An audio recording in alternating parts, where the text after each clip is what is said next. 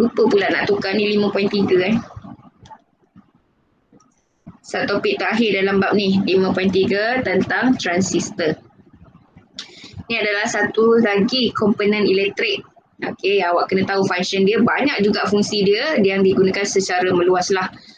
Okey, so kat sini dia kata gambar foto 5.5 menunjukkan transistor. Transistor merupakan satu komponen elektrik yang mempunyai 3 terminal.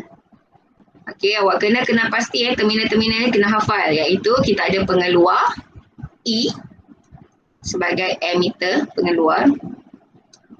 Kita ada tapak B sebagai base, tapak. Kemudian kita ada pengumpul C sebagai kolektor, kumpul. Okey, so kita tahu apakah fungsi transistor. So tengok dulu apa peranan dia punya tiga-tiga terminal ni. Kalau pengeluar berfungsi membekalkan pembawa cas kepada pengumpul. Maksud pembawa cas ni biasanya elektron lah. Okey, dia membekalkan pembawa cas. Maksudnya dia membekalkan elektron kepada kolektor. Okey, dia emitter, dia yang keluarkan cas. Okey, dibagi kepada kolektor, pengumpul. Tapak merupakan lapisan nipis di bahagian bawah, bahagian tengah transistor untuk mengawal pengaliran pembawa cas daripada pengeluar kepada pengumpul. Maksudnya kita kata emitter kat sini. Okey, dia bekalkan elektron untuk bagi kepada kolektor. Base ni sebagai dia punya, kita kata, pusat kawalan lah. Okey, dia akan mengawal pengaliran cas tadi. Okey, dia kata pula kat sini pengumpul berfungsi sebagai menerima pembawa cas daripada pengeluar. So kita ada dua jenis transistor, iaitu transistor NPN dan transistor PNP. Okey, jangan tertukar Ini adalah transistor NPN dan PNP. Kalau semiconductor, diode, kalau dah kita punya semiconductor kita ada dua jenis tau. Apa jenis dia? Jenis N, jenis P. Semiconductor jenis N dan juga jenis P. Okey, semiconductor conductor jenis N, okey, ataupun jenis P. So jangan tersilap. Dulu abang-abang awak main rentam dia kata jenis semiconductor NPN. Salah Jenis semiconductor adalah semiconductor jenis P ataupun jenis N, tapi kalau transistor dia adalah NPN atau PNP. Okey, so kita tengok kat sini, ini adalah salah satu gambar contoh untuk transistor. Ini adalah dia punya yang awak boleh tengok dekat makmal lah, dekat bengkel lah. Okey, ini adalah transistor, dia ada 3 kaki. Pernah tengok kan benda ni? Pernah je. Pernah tak pakai? Pakai tak pernah. Pakai tak pernah sebab korang ASK kot. Okey, dulu saya masa KH pakai juga 3 kaki ni. Okey, so ini adalah dia punya gambar rajah dalam lita. Ini adalah simbol yang digunakan di dalam lita. Okey, awak kena tengok betul-betul cara nak lukis dia. Buat bulat dulu. Kemudian buat base dia. Okey, buat ke sini dan ke sini. Okey, kemudian sini dia ada ni yang disambungkan pada lita. Dekat sini. Okey, nanti nak tengok ni arah ni, arah ni yang menentukan dia ni transistor NPN ataupun PNP. Okey, so kita tengok perbezaan dia. Transistor NPN dengan PNP. Okey, kalau NPN arah dia keluar pada emitter dia punya anak panah ni semua pada emitter. Arahnya adalah keluar. Okey, kalau PNP arahnya adalah masuk. Dulu saya ajar kalau nak ingat yang mana satu ni, ingatlah PNP ni kan kelas. Kan? PNP, kelas PNP. Okey, pembelajaran dan pengajaran, pengajaran dan pembelajaran, saya pun tak ingat dah. Okey, PNP maksudnya awak nak pergi kelas, so masuk kelas. Okey, itu cara nak ingatlah. Okey, yang banyak kita pakai memang tak salah saya PNP lah. Ke NPN. Yang banyak pakai NPN tak salah saya. Okey. So kalau PNP ni dia masuk, kalau NPN dia keluar. Kita tengok kalau dia kata kat sini NPN anak panah dalam simbol menunjukkan arah aliran arus dari B kepada E. Ni adalah arah pengaliran arus. Okey, daripada tapak kepada emitter, pengeluar. Kalau PNP, anak panah dalam simbol menunjukkan arah aliran arus dari E kepada B. Okey, so dia kata kat sini transistor banyak digunakan dalam litar digital seperti komputer. Apakah ciri-ciri litar bertransistor? Bagaimanakah transistor NPN dan transistor PNP disambungkan dalam litar? So dia kata kat sini satu litar bertransistor mengandungi dua bahagian utama. Satu kita ada litar tapak. Okey, tengok betul-betul Dan satu lagi kita akan ada litar pengumpul. Kalau kita buat litar transistor mesti ada dua litar. Satu litar tapak, satu litar pengumpul. Okey, Rajah 5.13 menunjukkan litar transistor NPN dan PNP lah. So, tengok kat sini, dia kata bagi transistor PNP, kekutuban bateri bagi kedua-dua litar tapak dan litar pengumpul perlu diterbalikkan. Okey, nanti ni yang kita tengok. Okey, tengok perbezaan sambungan transistor NPN dengan PNP.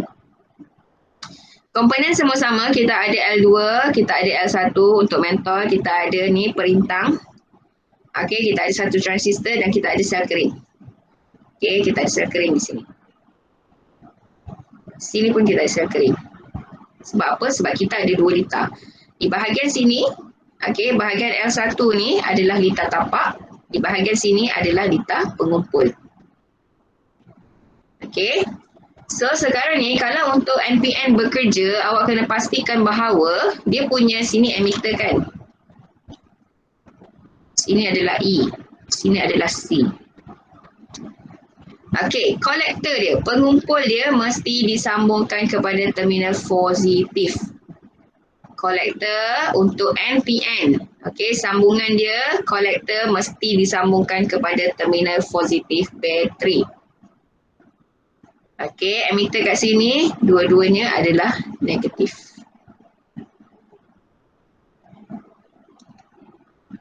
Okey, kalau PNP, kolektor dia mesti disambung kepada terminal negatif bateri. Okey, kolektor mesti disambung. Sebab pernah keluar esei dia tanya dekat bahagian esei soalan 10 markah macam mana penyambungan transistor PNP. So bagaimana kita nak jelaskan dalam bentuk ayat, awak cakaplah. Okey, untuk penyambungan transistor PNP, kolektor ataupun pengumpul mesti disambungkan kepada terminal negatif sel kering. Mesti tahu, kolektor mesti disambungkan kepada terminal negatif sel kering.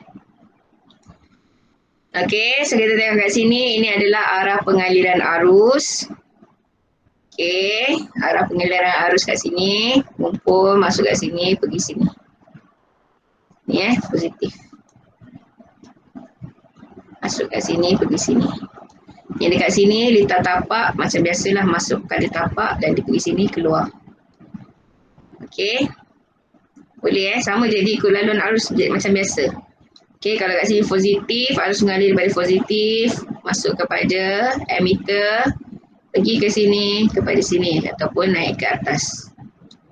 Sama juga sini terminalnya positif, naik sini, masuk sini, pergi sini untuk lengkapkan litar. Dia ada dua litar, litar tapak dan juga litar pengumpul. Okey, boleh nampak beza dia? Kalau soalan bagi komponen je, dia bagi ada mentol, ada transistor NPN, ada sel kering, ada switch, ada perintang. Dia suruh awak set up. Boleh set up tak? Boleh tak agak-agak set up litar ni? InsyaAllah boleh tu. InsyaAllah boleh. Okey, yang penting awak kena tahu dia ada dua litar. Satu mesti litar tapak, satu lagi litar pengumpul. So kena tahu transistor yang dibagi tu transistor NPN ke transistor PNP. Right.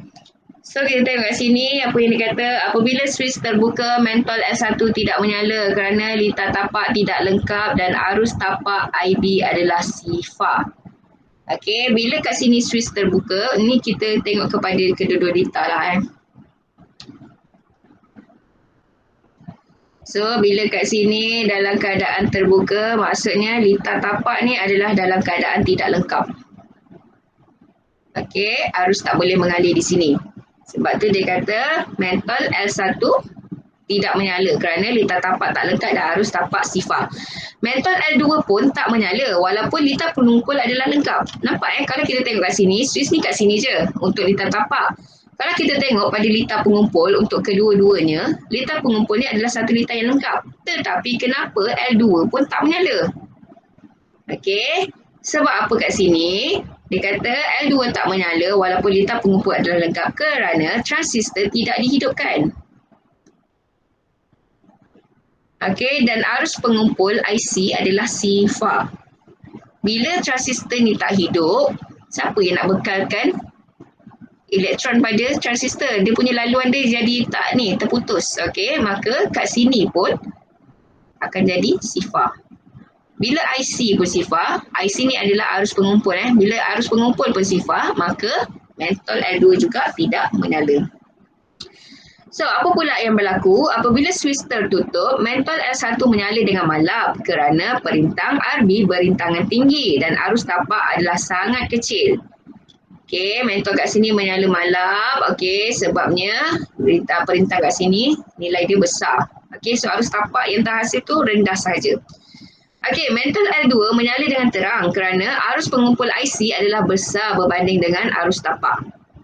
Okey, awak kena tahu kat sini, kalau transistor ada sahaja arus tapak walaupun kecil, okey, dia akan meningkatkan arus yang terhasil pada litar pengumpul. Okey, sebab kita tahu sebenarnya peranan transistor ni sendiri adalah sebagai amplifier. Dia adalah menguatkan arus. Ada sahaja litar tapak, okey, maka arus pengumpul akan ada. Dan arus pengumpul tu nilai dia akan lebih besar daripada arus tapak. Sebab tu kita kata L2 ni dia akan menyala lebih cerah. Okey, ni sama untuk kedua-dua litar. Ni adalah kita kata secara generalnya lah. Okey. Seterusnya dia kata arus tapak yang kecil menghasilkan satu voltan VE. Okey, apabila VE mencapai satu nilai minimum, litar pengumpul akan hidupkan. Okey, walaupun kita kata arus tapak ni kecil, tapi dia capai je satu kita kata requirement yang sangat kecil. Okey, requirement ni contohlah dia kata, okey, untuk hidupkan transistor ni, litar tapak ni, arus dia mesti kita kata 0.5 ampere. Dah cukup dah untuk hidupkan transistor. Okey, so bila kita kat sini switch dihidupkan, kalau arus yang mengalir dekat sini cukup je 0.5 ampere, okey, maka akan ada satu arus tapak. Arus tapak akan terhasil, dia boleh menghidupkan transistor. Bila dia hidupkan transistor, maksudnya dia akan hasilkan arus pengumpul.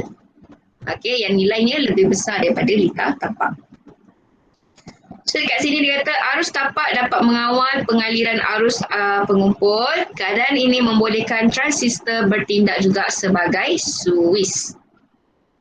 Okey, maksudnya kalau litar tapak tak ada, arus tapak tak ada, transistor tak hidup. Bila transistor tak hidup, mentol tak menyala.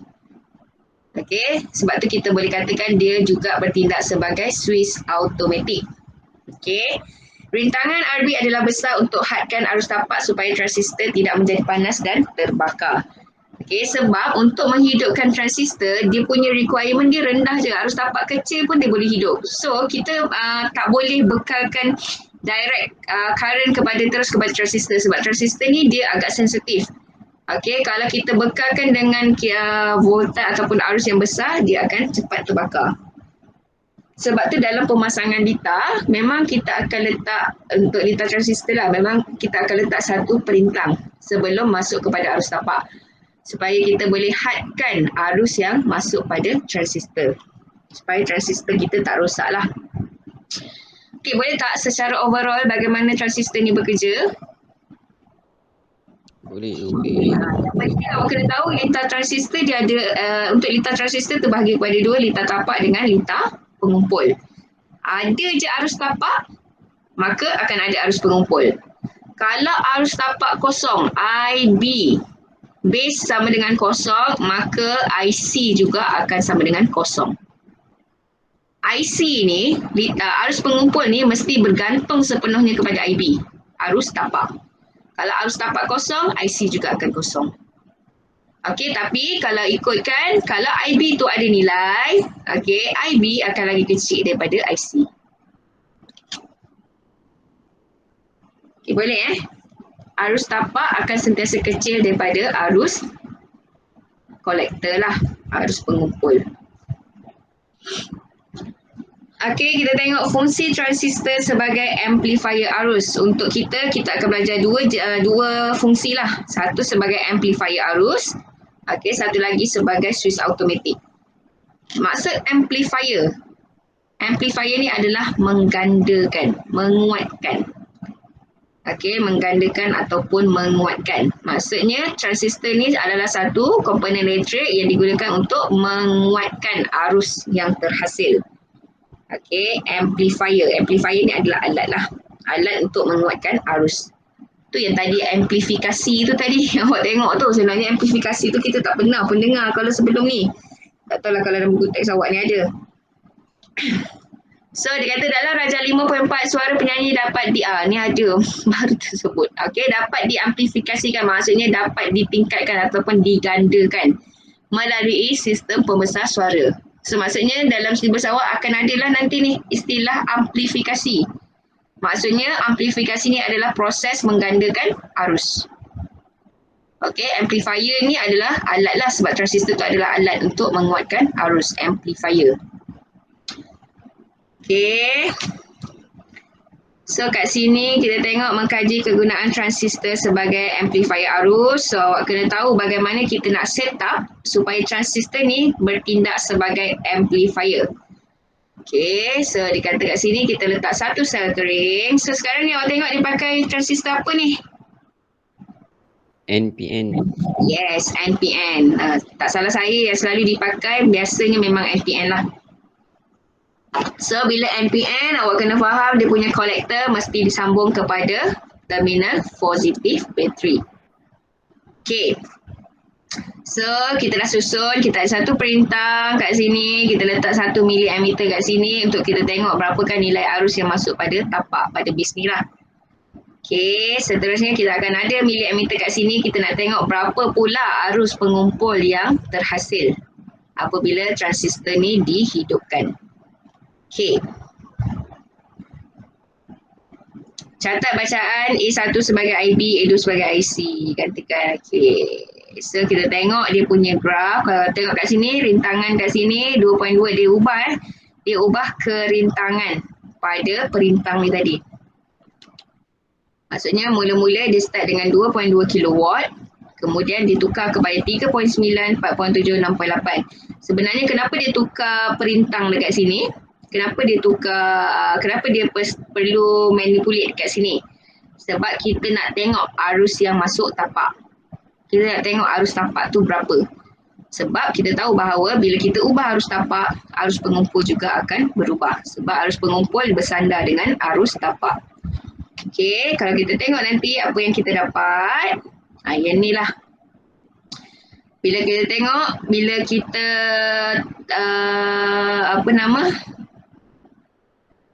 kita tingkatkan tu, so tengok dia punya graf dia adalah berkadar terus. Maksudnya arus tapak ini adalah IB. Okey, bila IB kita semakin meningkat, okey, IB kita semakin meningkat, IC kita pun akan meningkat juga.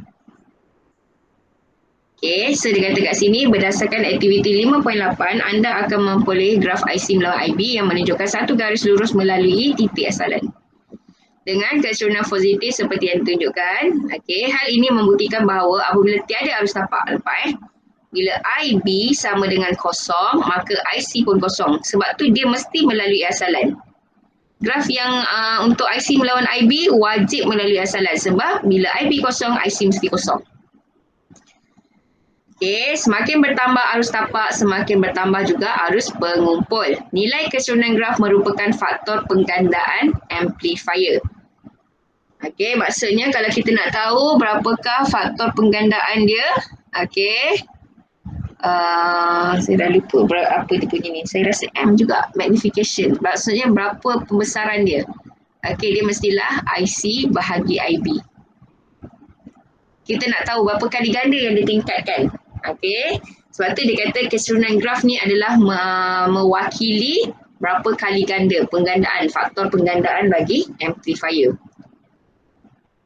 Okey, maksudnya kat sini dia pakai simbol B. Dulu kita tak pakai simbol ni. Okay, maksudnya kalau kat sini faktor penggandaan dia pakai simbol B kecil ni. So kalau soalan tanya pasal faktor penggandaan, so awak kena tahulah faktor penggandaan B kecil ni adalah bersamaan IC bahagi IB. Okey, arus pengumpul bahagi dengan arus tapak. Nak tahu berapa kali ganda yang dia amplify. Okey, so kat sini dia kata hal ini bermaksud perubahan arus tapak sebanyak 1 miliampere akan menghasilkan perubahan sebanyak 156 miliampere di arus pengumpul. Nampak dia punya, kita kata dia punya fungsi dia tu memang betul-betul tinggi lah. Daripada 1 miliampere arus tapak yang ada, dia boleh menghasilkan 156 miliampere pada arus pengumpul. Sebab tu kita punya litar tapak tak perlu arus besar-besar. Sebab dia sendiri dan memang function dia adalah untuk menggandakan arus. Okay, so ini sikit tentang info celik. Sajalah saya nak masukkan. Okay, ini adalah transistor NPN ke bawah. Ini adalah arah pengambilan arus dia. Okay, sama. Ni adalah PNP. Dah adalah masuk. Okay, yang ni yang penting ni IB sama dengan kosong, IC sama dengan kosong. Okay, kita nak tengok ni faktor penggandaan. Okay, B sama dengan IC bahagi dengan IB. Faktor penggandaan dia. Okay, pertambahan arus tapak yang kecil akan menghasilkan perubahan yang besar dalam arus pengumpul. Dengan ini, transistor bertindak sebagai amplifier arus. Okay, dia boleh menguatkan arus. Okay, dalam 1 liter transistor, bekalan kuasa atau bateri yang membekalkan beza keupayaan tetap. Transistor memerlukan 1 beza keupayaan yang melebihi voltan minimum untuk berfungsi. Untuk memperoleh beza keupayaan kecil ini, 1 liter pembagi voltan boleh digunakan. Ingat kalau kita letak bekalan kuasa kita bateri, dia akan bekalkan beza keupayaan tu tetap. Okey, transistor diperlukan 1 beza keupayaan yang melebihi voltan minimum untuk dia berfungsi. Maksudnya tadi requirement dia untuk berfungsi, dia mesti ada juga requirement untuk transistor tu untuk dia berfungsi, untuk macam kita kata nilai minimum untuk litar tapak tu boleh dihidupkan. Okey, so untuk memperoleh beza keupayaan kecil, 1 liter pembagi voltan boleh digunakan. So maksudnya apa? Okey, sini adalah beza keupayaan ni adalah tetap. Okey, so dia punya requirement untuk beza keupayaan dia rendah. Okey, so kita boleh pakai liter pembahagi voltan. Contohlah, kalau voltan kat sini, kita katakan 6 volt. Okey, so kita boleh pakai liter pembagi voltan. Sama ada kat sini 3 volt, sini pun 3 volt. Okey, ataupun 2 volt, 4 volt. Terpulang. Okey, nanti dia akan masuk kat sini pada beza keupayaan yang rendah lah. Okey, dalam kaedah pembagi voltan, dua perintang dengan rintangan R1, R2 perlu disambungkan secara bersiri dan juga dengan bekalan kuasa VIN. Maksudnya ni in lah. VIN, maksudnya voltan masuk lah. Seperti yang ditunjukkan dalam rajah 5.17. Disebabkan arus yang sama mengalir melalui kedua-dua perintang, maka hubungan antara voltan dengan rintangan adalah persamaan. Okey, persamaan ni tak salah saya tak diberilah, awak kena tahu. V out yang keluar dekat sini, okey, contohlah kalau kita nak tahu berapa voltan di sini. Let's say saya kata kat sini adalah 5 ohm. Sini adalah 2 ohm. Contoh 2 ohm. Sini 5 ohm. Sini 6 volt. Okey, so kita nak tahu dekat sini. Sebab kenapa kita tengok bahagian bawah, awak kata transistor ni, okey, arus tapaknya datangnya pada litar di bawah. Dia bergantung sebenarnya pada pembahagi voltan di sebelah bawah. Okey, contohlah V out ni kat sini, okey, kita ada 5 ohm dengan 2 ohm kan. Okay, kita nak tahu berapa nilai voltan di sini. Okay, so kita pun buat V out sama dengan R. R2, okay, R2 di sini 2 ohm per dengan 2 tambah 5. darab dengan V yang masuklah, voltan yang dibekalkan iaitu 6 volt. Okey, berapa yang awak dapat ni? 2 bahagi 7 dan 6 ataupun 6 dah ada, 12 bahagi 7. Kira sekejap. Cikgu. Ya. Yang dekat persamaan yang dia kasih tu, voltan out R per R1 tambah, kenapa ada 2 dekat atas R2 tu? Sebenarnya dia adalah R2 bang. Dia macam ni. Oh. R2 per R1 tambah R2. Oh. Silap taik ni. Kadang dia lari bila dia tukarkan kepada bentuk word ni. Buku teks online ni dia kadang lari sikit. Mana saya nak tahu dia satu kedua. Macam mana dia nak tahu R1 ke R2? Yes.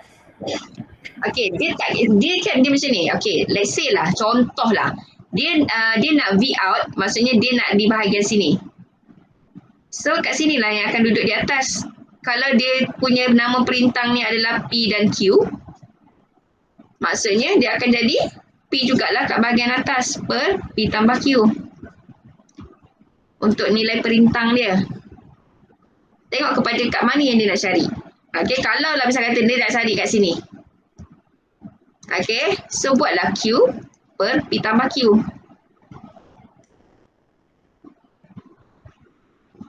Faham tak maksud saya? V in tu apa cikgu?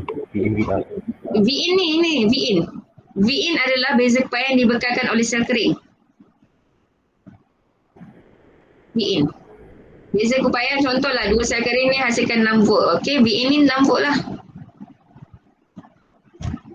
Okey, R2, R1, R2 ni adalah perintang. Maksudnya dia adalah, dia punya unit ni dalam ohm. Yang ni unitnya dalam volt. Tak tu kita, contoh tadi saya bagi kat sini, saya nak cari V out dekat sini. Dia kata kat sini adalah V out. Okey, so kita nak cari V yang keluar dekat sini. Maksudnya, beza keupayaan yang keluar dekat sini nak masuk kepada awak punya tapak ni. Kita nak tahu berapa nilai V dia. Kalau ikut sel kering tadi, 6 volt dia bagi kat sini. So, kita pakai litar pembagi voltan kan. Okey, V out kita di sini, di bahagian bawah. Sebab transistor ni dia akan bergantung sepenuhnya kepada litar pembagi voltan di bahagian bawah. Okey, so kalau kat sini, kita tengok V out dia, nak tahu berapa. Okey, dia adalah R2 ni, perintang kat sini, R2, bahagi dengan R1 tambah R2. Ni, R2 saya 2 ohm, bahagi dengan R1 tambah R2, darab dengan 6. 6 ni adalah beza keupayaan daripada sel kering. Maksudnya kita kata V total lah. So dapat berapa? 1.71. Okey, 1.71. So maksudnya V out dekat sini adalah 1.714 volt. Okey. Yang ni lah voltan, beza keupayaan 1.714 volt ni lah yang akan masuk kepada transistor awak. Okey, boleh? Tak apa kan kita tengok. Dia kata kat sini VBE. Base kepada emitter lah. Okey, yang minimum untuk menghidupkan transistor silikon dan transistor germanium ialah 0.3. Nampak sangat rendah. Okey, dia minimum yang diperlukan untuk hidupkan transistor silikon ni. Okey, untuk silikon dengan germanium ni, kalau silikon 0.7 volt sahaja, transistor dah boleh dihidupkan. Okey, mana ada bateri yang boleh bekalkan 0.7 volt direct, sebab tu kita kena pakai litar pembahagi voltan. Let's say lah, kalau kat sini 1.74 volt, tinggi juga kan, betul tak? Okey, kita tambah lagi satu perintang kat sini untuk rendahkan dia. Untuk rendahkan voltan tu, boleh juga. Okey, sebab tengok kat sini requirement dia sangat rendah. So kita letak lagi perintang supaya dia punya beza keupayaan yang masuk dia tu tak terlalu tinggi. Boleh? Boleh. Okay. So tengok ini adalah tarian terakhir kegunaan transistor sebagai switch automatik. Tadi sebagai amplifier arus, sekarang sebagai switch automatik. Yang ni lah yang selalu juga keluar. Okey, awak kena fahamkan betul-betul macam mana dia berfungsi. Sebab dia ada pakai komponen perintang peka cahaya dan juga perintang peka haba ataupun termistor. Nanti kita tengok Okey, dalam satu litar bertransistor, arus tidak mengalir dalam litar pengumpul kecuali jika terdapat arus mengalir dalam litar tapak. Okey, ingat bila IB kosong, IC juga akan kosong. Hal ini bermakna transistor boleh berfungsi sebagai switch dengan menghidupkan atau mematikan arus tapak. So kita boleh tengok kalau misal katalah sebab selalunya komponen kita mesti akan sambung kepada IC lah, litar pengumpul. Okey, sebab litar pengumpul arus dia lebih besar kan. So kita punya komponen-komponen kita, awak punya apa? Aircon ke, awak punya penggera keselamatan ke ataupun loceng kecemasan ke, semua kita sambungkan kepada litar pengumpul. So kalau kita tak nak hidupkan aircon, kita matikan litar tapak. Tu nanti kita tengok macam mana cara dia yang nak dia bekerja sebagai switch automatik. Okey, bukan kita yang hidup ataupun matikan switch. Okey, kaedah pembagi voltan yang telah dipelajari boleh digunakan pakai untuk mengawal arus tapak bagi menghidupkan atau mematikan transistor secara automatik. Okey, tengok betul-betul panjang dia punya penerangan. Awak okey lagi ke? Kita nak habis dah ni, tinggal 2 ni je. Boleh cikgu. Boleh kan? Boleh. Yang ni paling penting, LDR, perintah peka cahaya. Kalau bahasa Inggerisnya dia pakai, ini bahasa Inggeris LDR ni. Kalau PM dia, kita pakai PPC. Nama singkatan dia lah, perintah peka cahaya. Okey, so dia kata kat sini, perintah peka cahaya ialah sejenis perintang, nilai rintangannya berubah dengan keamatan cahaya. Dia sendiri, perintah peka cahaya ni, dia sendiri dia ada sifat dia. Dia punya perintang, dia punya kerintangan dia akan berubah-ubah mengikut kepada keamatan cahaya yang kena pada dia. Ni secara automatik bukan kita buat secara automatiknya. Okey, dia kata nilai rintangan LDR adalah tinggi apabila keamatan cahaya rendah dan sebaliknya. Maksudnya, kalau pada waktu malam yang gelap, okey, nilai kerintangan perintang peka cahaya ini adalah sangat tinggi. Maksudnya, kalau pada waktu siang, nilai kerintangan dia sangat-sangat rendah. Okay. PPC ataupun LDR lah.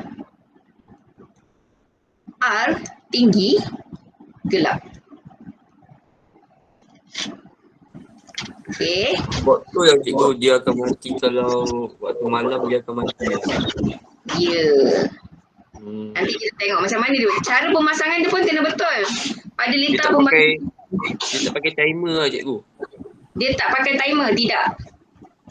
Dia akan bergantung kepada keamatan cahaya.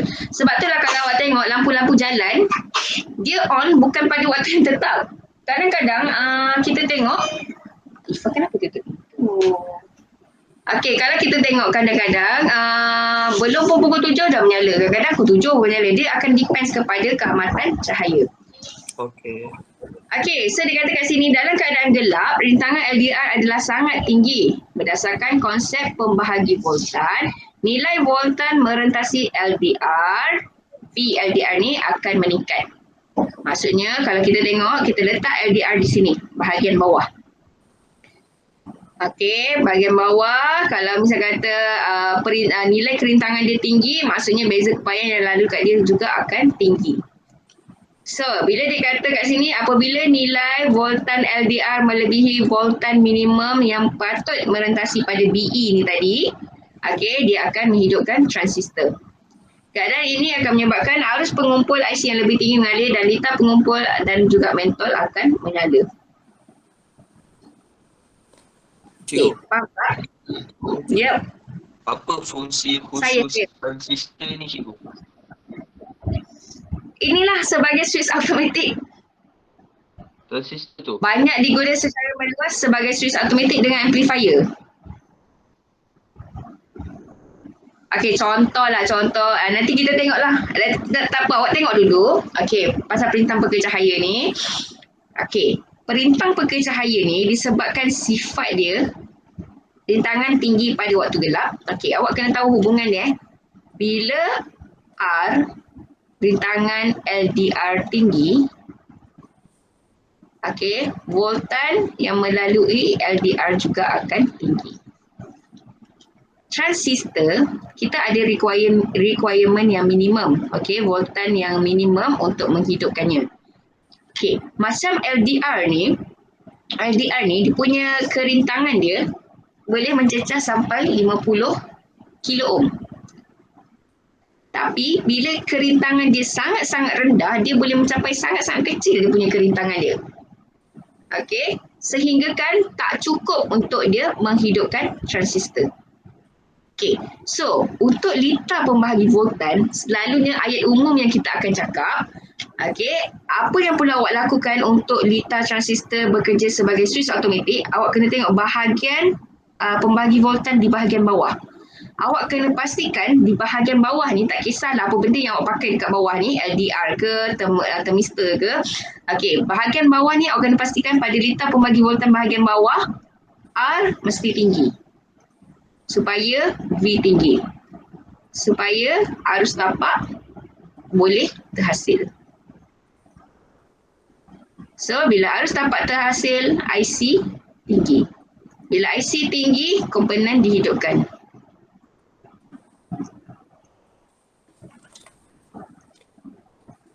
Okey, so untuk dia bekerja sebagai switch automatik pada litar pembagi voltan, kita akan tengok di bahagian bawah.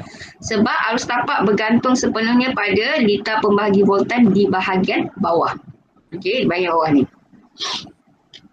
Okey, bila dia kata kat sini, dalam keadaan cerah, rintangan LDR akan menjadi sangat rendah, maka nilai voltan LDR juga akan berkurang. Apabila nilai voltan LDR berkurang daripada voltan minimum yang patut merentasi BE, maka tiada arus tapak akan mengalir untuk menghidupkan transistor. Keadaan ini menyebabkan arus pengumpul tidak menyala dan juga mentol tidak menyala. Okey, litar ini digunakan dalam lampu jalan automatik. So maksudnya macam ni, okey. Bila kita tahu sifat LDR ni sendiri, bila gelap rintangan dia tinggi. So kita memang nak bahagian bawah ni rintangan tinggi supaya voltan tinggi. Bila voltan tinggi, dia boleh hidupkan arus tapak. Dia boleh hasilkan arus tapak. Bila arus tapak terhasil, transistor dihidupkan. Bila transistor dihidupkan, dia akan menyalakan mentol. Sekejaplah, buka lah. Okey, so apa yang berlaku jika kita letak LDR ni di bahagian atas? Kita tukar tempat.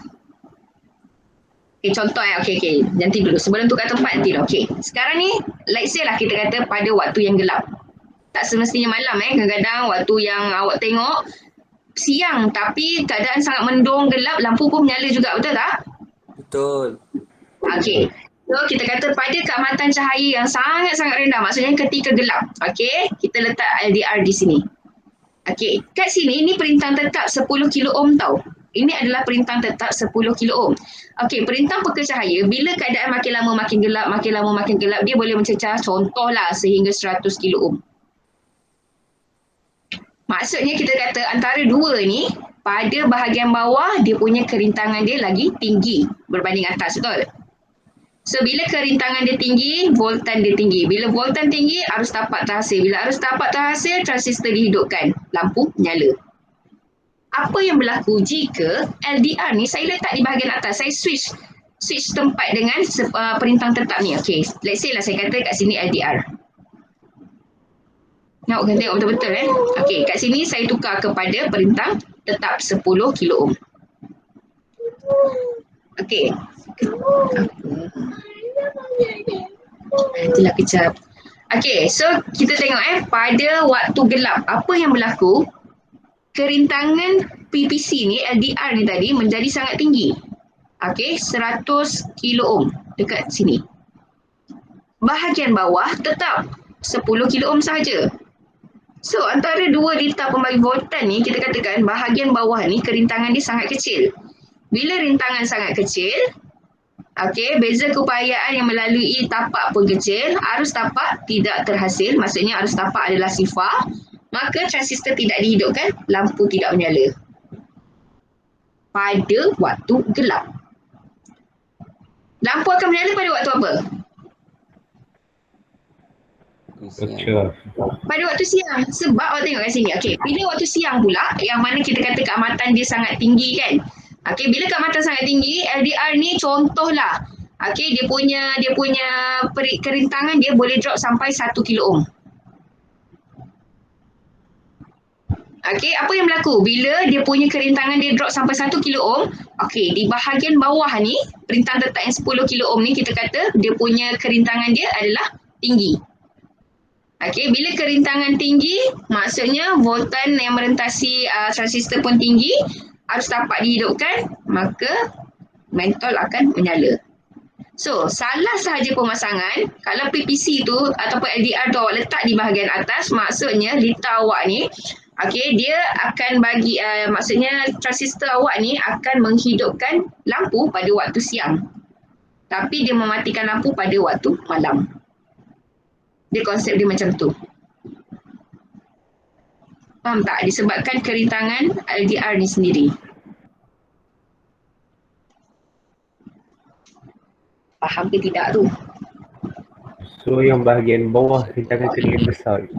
Ya, awak kena pastikan antara dua ni, okey, antara dua litar pembagi voltan ni, bahagian bawah ni lebih besar daripada bahagian atas. Once bahagian bawah ni punya kerintangan dia lagi besar daripada bahagian atas, litar pengumpul akan dihidupkan. Maksudnya transistor akan berfungsi. Transistor akan dihidupkan. Okey, boleh? Faham. Okey, tak. Kalau masih tak faham lagi, kita tengok yang kedua, bila kita guna termistor. Okey, termistor ni pula, dia terbalik. Dia punya kerintangan dia, bila suhu tu sangat tinggi, kerintangan dia adalah sangat rendah. So, awak kena hafal dia punya sifat-sifat dia. Okey, dia kata termistor ialah sejenis perintang. Okey, dia adalah satu perintang pekehaba. Tahu, termistor ni perintang pekehaba. Dia kata nilai rintangannya berubah mengikut suhu persekitaran. Rintangan adalah tinggi dalam keadaan suhu bilik ataupun suhu rendah. Okey, rintangannya tinggi pada suhu rendah. Kalau LDR, okey, rintangan tinggi, gelap. Kalau termistor, okey, rintangan tinggi bila sejuk.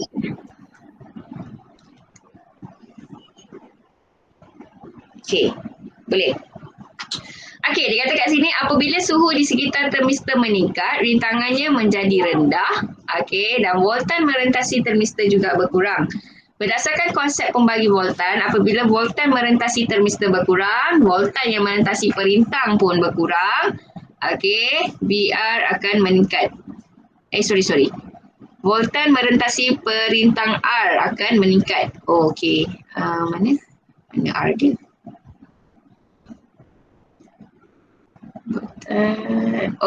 Okey. So kat sini, awak tengok pada raja. So bila dia kata kat sini, berdasarkan konsep pembagi voltan, apabila voltan merentasi termistor, maksudnya ni, termistor duduk atas kan? Okey, bila V dia rendah kat sini, okey, V kat bawah ni, V yang merentasi R ni akan jadi tinggi. So apabila nilai VB melebihi voltan minimum merentasi BE dan arus tapak akan mengalir. So tengok bila beza kepayan kat sini tinggi, ataupun kita katakan bila kerintangan dia dah jadi tinggi, beza kepayan tinggi, maka arus tapak dihidupkan. Arus tapak mengalir dalam transistor dan transistor dihidupkan. Keadaan ini menghasilkan nilai arus pengumpul yang tinggi mengalir dalam litar dan mentol akan menyala. Litar ini adalah sebagai switch automatik dalam sistem penggera kawalan suhu. Ataupun aircon lah. Aircon kita nak dia bekerja dan menggunakan switch automatik. So kita nak aircon kita ni menyala pada waktu panas. Dan dia akan off pada waktu sejuk. So tengok termistor punya sifat. Termistor rintangan dia tinggi pada waktu sejuk. Okay, let's say lah sekarang ni pada waktu sejuk. Okay, pada waktu sejuk sekarang ni kerintangan dia sangat tinggi. Ni sejuk saya tengah cerita sejuk. Okey, bila kerintangan bila pada waktu sejuk, kerintangan termistor adalah sangat tinggi menyebabkan di bahagian bawah kerintangan dia sangat rendah. So, once bawah ni rendah, V dia akan rendah, arus tapak tiada. Arus tapak tak ada, transistor tak dihidupkan. So, awak punya aircon tak menyala pada waktu sejuk. Okey, apa yang berlaku pada waktu panas? Bila pada waktu panas, kita katakan rintangan termistor adalah sangat rendah pada waktu panas. Okey, menyebabkan kerintangan di bahagian bawah ni, VR ni tadi, R ni tadi tinggi. So VR juga akan tinggi. Bila VR tinggi, arus tapak terhasil. Bila arus tapak terhasil, transistor dihidupkan. Bila transistor dihidupkan, awak punya penghawa dingin juga akan dihidupkan. Okey, boleh? So untuk termistor, awak nak dia menyala pada waktu yang panas, dia mesti duduk di atas. Kalaulah awak tersilap pasang,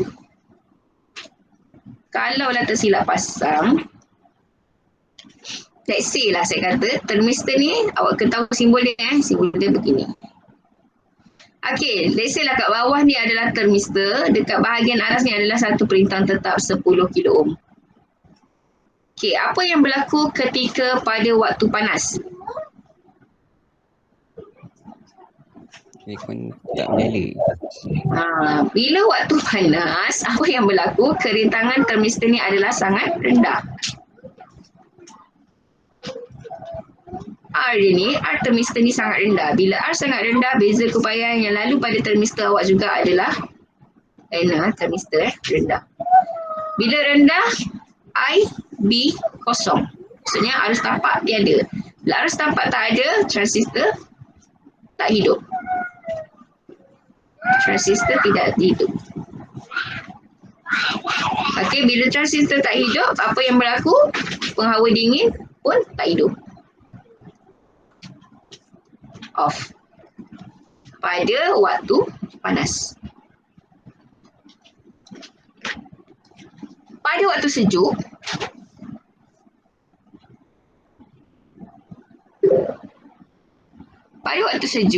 apa yang berlaku? Kerintangan termistor ni menjadi tinggi. Bila sejuk, okey, kita katakan kerintangan termistor, R termistor ni tadi tinggi. Okey, nampak Suhu rendah, R tinggi. Okey, bila keadaan sejuk, kerintangan termistor tinggi. Menyebabkan beza keupayaan lalu pada termistor juga akan tinggi. So, arus tapak terhasil.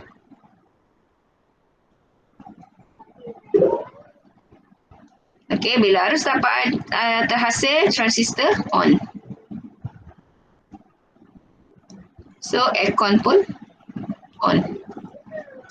So, maksudnya bila awak salah letak, bila letak transistor di bahagian bawah, maka awak punya aircon ataupun penghawa dingin awak akan on pada waktu sejuk. Dan dia akan off pada waktu panas. Dah jadi terbalik pula. Okay, so sebab tu bila kita nak tengok transistor bekerja sebagai switch automatik yang menggunakan PPC ataupun termistor, awak kena tahu dia punya kedudukan. Termistor mesti duduk di bahagian atas litar pembahagi voltan. Kalau LDR, dia mesti duduk di bahagian bawah litar pembahagi voltan supaya lampu ataupun mentol boleh menyala pada waktu malam dan off pada waktu siang. Kat sini kita nak kenapa termistor kita kena duduk atas supaya kita punya apa-apalah alat untuk menyejukkan menyala pada waktu panas dan off pada waktu siang, pada waktu sejuk. Okey, boleh? Boleh ke? Boleh juga. Okey, boleh dah 9.36 dah pun. Okey. So, kalau rasanya masih lagi tak faham, awak tengoklah buku teks awak tu, awak fahamkan ayat dia. Yang penting yang saya cakap, yang awak kena tahu untuk transistor bekerja sebagai switch automatik, dia mesti ada litar pembahagi voltan. Okey. Dan bahagian bawah ni, awak kena pastikan bahawa dia punya kerintangan dia mesti tinggi. Dia punya relation dia awak kena tahu. Bila kerintangan tinggi, beza keupayaan yang merentasi perintang tinggi. Bila beza keupayaan tinggi, arus tapak terhasil. Bila arus tapak terhasil, transistor dihidupkan. Pegang yang bawah ni je. Okey. So, kalau rasa nak ingat ataupun nak hafal, hafal. Lepas tu awak kena tahu bahawa kedudukan termistor mesti di bahagian atas litar pembahagi voltan. Kedudukan LDR mesti di bahagian bawah pembahagi voltan. Supaya lampu awak ni boleh menyala pada waktu malam dan akan mati pada waktu siang ataupun pada keamatan cahaya yang rendah. Aircon awak akan menyala pada waktu panas, okey, pada keadaan cuaca panas dan akan off pada cuaca yang sejuk.